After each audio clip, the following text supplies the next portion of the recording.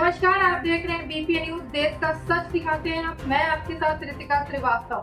आइए नजर डालते हैं देश दुनिया की बड़ी खबरों पर।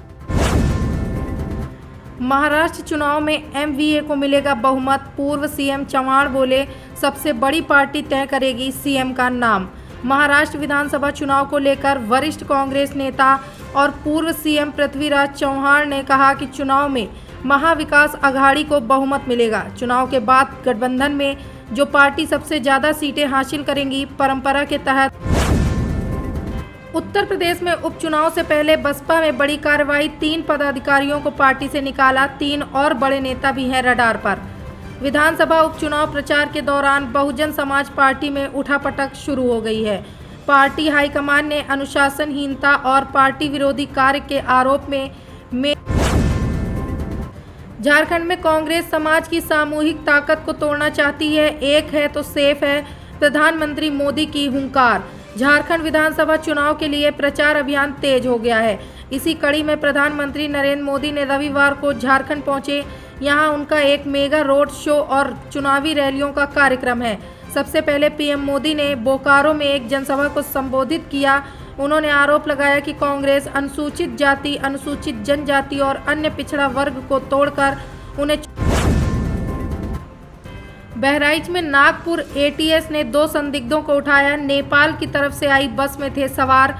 यूपी के बहराइच में रविवार को पुलिस टीम और बाहरी प्रदेश की एक टीम ने कार्रवाई की। इस दौरान नेपाल की ओर से आ रही एक बस को टीम ने रोका।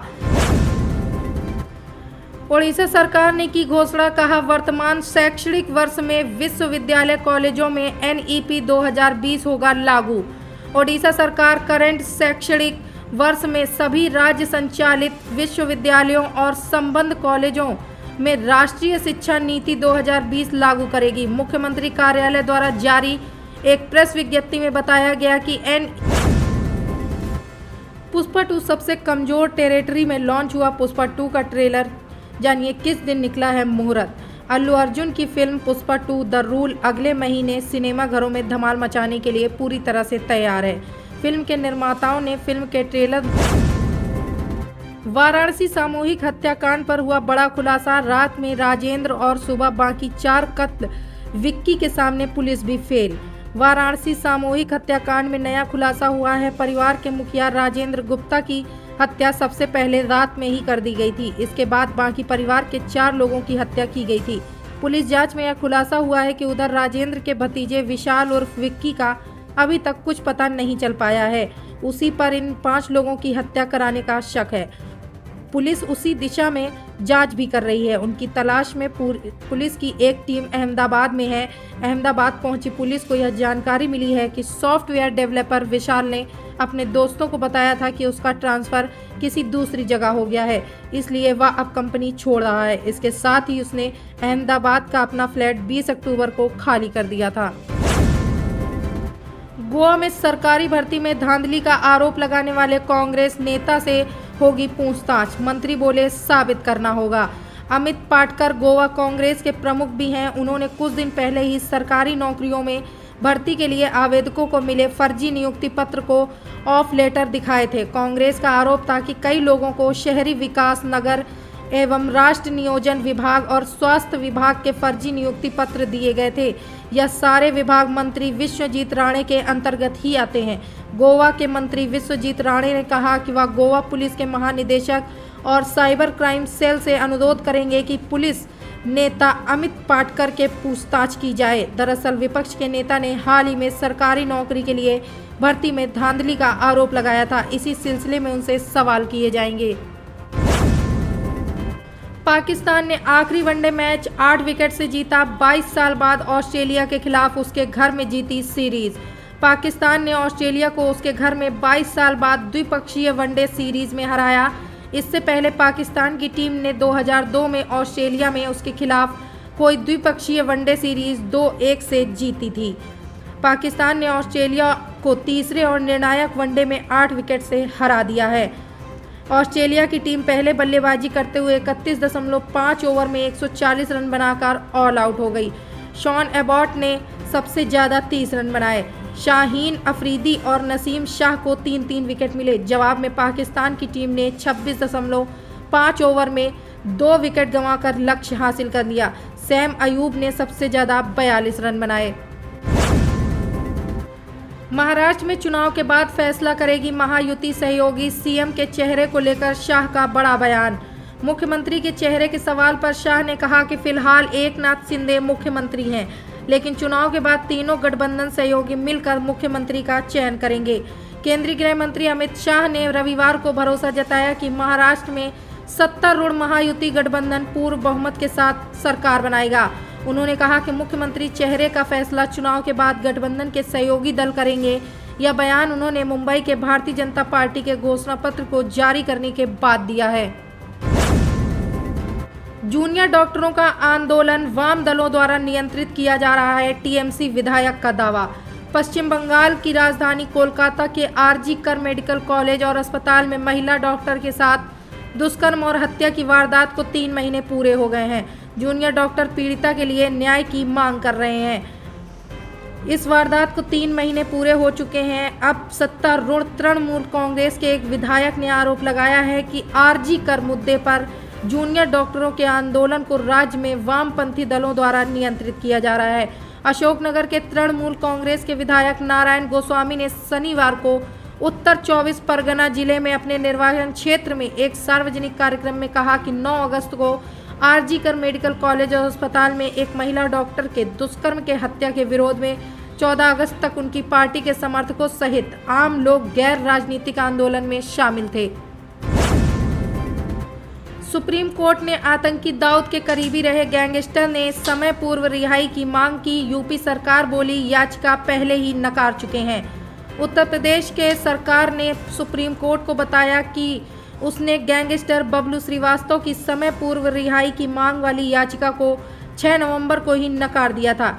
बबलू श्रीवास्तव का असली नाम ओम प्रकाश श्रीवास्तव है और उसे 1993 में एक अतिरिक्त कस्टम कलेक्टर की हत्या करने के मामले में कोर्ट ने उम्र कैद की सजा सुनाई है। यूपी के अतिरिक्त एडवोकेट जनरल गरिमा प्रसाद ने जस्टिस अभय एस ओका और जस्टिस ऑगस्टिन जॉर्ज मसीह की बेंच को बताया कि गैंगस्टर को गंभीर अपराधों के मामले में दोषी पाया गया है, वह भी आतंक रोधी कानूनों के अंतर्गत है।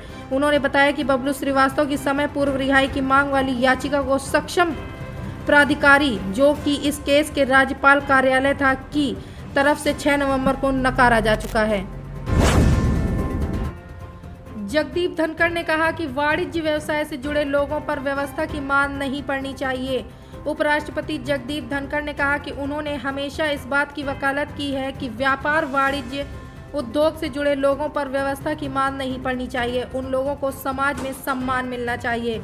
उपराष्ट्रपति जगदीप धनखड़ ने कहा कि वाणिज्य और व्यवसाय से जुड़े लोगों पर व्यवस्था की मार नहीं पड़नी चाहिए, क्योंकि वे ही नौकरी और संपत्ति के सृजन करता है। उन्होंने यह भी कहा कि आर्थिक राष्ट्रवाद का सिद्धांत कुछ व्यक्तियों के वित्तीय लाभ से अधिक महत्वपूर्ण है। उन्होंने रविवार को एक निजी शैक्षणिक संस्थान Maharaja Agrasen technical education society के कार्यक्रम में भाग लिया था। इस दौरान उन्होंने कहा कि उन्होंने हमेशा इस बात की वकालत की है कि व्यापार वाणिज्य उद्योग से जुड़े लोगों पर व्यवस्था की मार ना पड़े। उन लोगों को समाज में सम्मान मिलना चाहिए। COP29 जलवायु वित्त जवाबदेही पर भारत का फोकस, बाकू में होने वाले सम्मेलन में नहीं जाएंगे पीएम मोदी। विशेषज्ञों का मानना है कि सम्मेलन में भारत की प्रमुख प्राथमिकताएं जलवायु वित्त पर विकसित देशों की जवाबदेही सुनिश्चित करने, कमजोर समुदायों के लिए मदद सुनिश्चित करने और एक समान ऊर्जा बदलाव को हासिल करना होगा। सोमवार को शुरू हो रहे COP29 सम्मेलन में भारत जलवायु वित्त जवाबदेही और कमजोर समुदायों के संरक्षण के मुद्दे पर फोकस करेगा। अजरबैजान के बाकू में होने जा रहे इस सम्मेलन में दुनिया भर के नेता और पर्यावरणविदों को शामिल होने की उम्मीद है। भारत की तरफ से प्रधानमंत्री नरेंद्र मोदी सम्मेलन में भाग नहीं लेंगे और पर्यावरण मंत्री भूपेंद्र यादव भी अनुपस्थित रह सकते हैं। भारत के 19 सदस्यीय प्रतिनिधि मंडल का नेतृत्व केंद्रीय पर्यावरण और वन राज्य मंत्री कीर्तिवर्धन सिंह करेंगे। असम के समागुरी में उपचुनाव से पहले भड़की हिंसा, बीजेपी कांग्रेस समर्थकों ने एक दूसरे पर चलाई गोलियां। असम के उपचुनाव में पहले सियासी गलियारों में काफी हलचल है। इस बीच जानकारी सामने आ रही है कि समागुरी विधानसभा क्षेत्र में हिंसा की घटनाएं हुई हैं। यहां सत्तारूढ़ भाजपा और विपक्षी कांग्रेस ने एक दूसरे पर गंभीर आरोप लगाए हैं। उनका दावा है कि पिछले 24 घंटे में एक दूसरे के समर्थकों को निशाना बनाकर गोलियां चलाई जा रही हैं। साथ ही बता दें कि 13 नवंबर को असम में उपचुनाव होना है। भाजपा ने यह भी आरोप लगाया कि शनिवार को हुई हिंसा को कवर करने गए 3 पत्रकारों के साथ कांग्रेस के समर्थकों ने बदसलूकी की है। मुख्यमंत्री हेमंत बिस्वा शर्मा ने भाजपा कार्यकर्ताओं को डराने के लिए अंधेरे की आड़ में हिंसा का सहारा लेने के लिए कांग्रेस की आलोचना की और कहा कि किसी को भी लोकतांत्रिक प्रक्रिया को नुकसान पहुंचाने या कमजोर करने की अनुमति नहीं दी जाएगी। गोटीखोया आदिवासियों की स्थिति पर एसटी आयोग ने मांगी रिपोर्ट। माओवादी हिंसा की वजह से हुए हैं विस्थापित। आदिवासी अधिकार कार्यकर्ताओं के मुताबिक करीब 50,000 आदिवासी वामपंथी कट्टरवाद के चलते उस दौरान छत्तीसगढ़ को मजबूर हुए थे। वे अब ओडिशा के जंगलों में, आंध्र प्रदेश, तेलंगाना और महाराष्ट्र में 248 जगहों पर रहने को मजबूर हैं। राष्ट्रीय अनुसूचित जनजाति आयोग ने केंद्रीय गृह मंत्रालय और 4 राज्यों को नोटिस जारी कर गोटीखोया आदिवासियों की स्थिति पर विस्तृत रिपोर्ट दायर करने के लिए कहा है। माओवादी हिंसा की वजह से छत्तीसगढ़ छोड़ने के लिए मजबूर हुए आदिवासी फिलहाल महाराष्ट्र, आंध्र प्रदेश और ओडिशा में खराब हालत में रहने को मजबूर है। इसके चलते इन पड़ोसी राज्यों ने उन्हें सामाजिक सुरक्षा से जुड़े लाभ भी नहीं मिल पा रहे हैं। आयोग ने अनुरोध किया है कि गृह मंत्रालय का एक सचिव स्तर का अधिकारी और संबंधित राज्यों के मुख्य सचिव 9 दिसंबर को इस मुद्दे पर चर्चा के लिए मुलाकात करें और समुदाय को जरूरी मदद मुहैया कराने के लिए जल्द नीतिगत फैसला ले। वक्फ के नाम पर जमीन हड़पना बंद होना चाहिए। ओडिशा में जानिए क्या बोले जेपीसी अध्यक्ष जगदम्बिका पाल। जेपीसी अध्यक्ष ने कहा कि कर्नाटक के अल्पसंख्यक मंत्री अपने अधिकार क्षेत्र से बाहर जाकर वक्फ के मामलों में कार्रवाई कर रहे हैं। वहीं जेपीसी के सदस्य ब्रजलाल ने कहा कि वक्फ के नाम पर जमीन हड़पना बंद कर देना चाहिए। वक्फ संशोधन विधेयक को लेकर बनी जेपीसी के अध्यक्ष जगदम्बिका पाल ओडिशा दौरे पर हैं। भुवनेश्वर में मीडिया से बात करते हुए जगदम्बिका पाल ने कहा कि जेपीसी गठन के बाद से कर्नाटक में वक्फ बोर्ड द्वारा जमीन पर दावों के नोटिस में 38% की बढ़ोतरी हुई है। जेपीसी अध्यक्ष ने यह भी कहा कि कर्नाटक के अल्पसंख्यक मंत्री अपने अधिकार क्षेत्र से बाहर जाकर वक्फ के मामलों में कार्रवाई कर रहे हैं। वहीं जेपीसी के सदस्य ब्रजलाल ने कहा कि वक्फ के नाम पर जमीन हड़पना बंद हो जाना चाहिए। डाउनिंग स्ट्रीट के दिवाली कार्यक्रम में परोसा गया मांसाहारी भोजन और शराब, हिंदू संगठनों ने जताई आपत्ति। ब्रिटेन के कुछ हिंदू संगठनों ने प्रधानमंत्री कीर स्टारमर की ओर से 10 डाउनिंग स्ट्रीट पर आयोजित दिवाली समारोह को लेकर नाराजगी जताई है। जानकारी के मुताबिक इस कार्यक्रम में कथित तौर पर मांसाहारी व्यंजन और शराब भी परोसी गई। हिंदू संगठनों ने इसे धार्मिक दृष्टि से अनुचित बताया है। इनसाइट यूके जैसे कई हिंदू संगठनों ने इस मामले को सोशल मीडिया पर उठाया और कहा कि दिवाली केवल त्योहार नहीं है बल्कि एक धार्मिक अवसर भी है। उनका कहना है कि इस दिन शुद्धता और भक्ति को महत्व दिया जाता है, इसलिए पारंपरिक रूप से इस दिन मांसाहारी भोजन और शराब से परहेज किया जाता है। रियाद मेट्रो चलाएंगी हैदराबाद की महिला लोको पायलट, बोली ये मेरे लिए बेहद गर्व की बात है।